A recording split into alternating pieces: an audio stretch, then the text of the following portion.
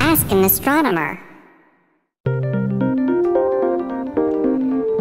What will happen to the Earth when the Sun dies? Our Sun is a star, just like every other star in the night sky. Stars are just big, spherical nuclear fusion reactors. The Sun is mostly made of hydrogen atoms.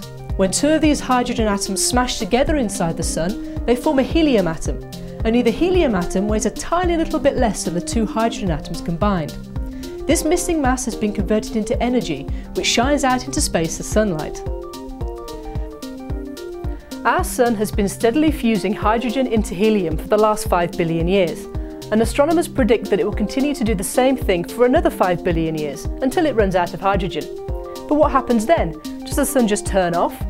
The answer is far more exotic. Once the hydrogen runs out, the core of helium at the centre of the Sun will start to collapse in on itself. As it does so, it gets hotter and denser until it suddenly starts a second nuclear reaction, turning the helium atoms into carbon and oxygen. At the same time, all of this extra energy from the hotter core pushes out the outer layers of the Sun, and the whole thing expands to about 250 times its original size to become a red giant. This is pretty bad news for the Earth. There are basically two possibilities. Either the Sun will expand so far that it swallows the Earth whole, in which case it will be destroyed very quickly, or it will expand just enough to leave the Earth intact while roasting everything on its surface to a crisp. The oceans will boil off, the atmosphere will be blown away, and the surface of the Earth may even get hot enough to turn the rock into liquid magma. Whatever the eventual fate of the Earth, there's no way that anything on it will be able to survive. So what about the rest of the planets in our solar system? Mars, Jupiter, Saturn, Uranus and Neptune are far enough away from the Sun they will probably survive the red giant phase. But the Sun hasn't finished just yet. Eventually the helium in the Sun's core will run out, in just the same way the hydrogen did. Once again the Sun's core will collapse, but this time it will never get hot enough to start the next chain of nuclear reactions. The outer layers of the Sun will get puffed off into space as a planetary nebula, and the hot carbon and oxygen core will be left cooling slowly by itself in space. This dying ember is called a white dwarf. Although the white dwarf is very hot, it is also very small, and so the light and heat given out by the star will be much less than it used to be.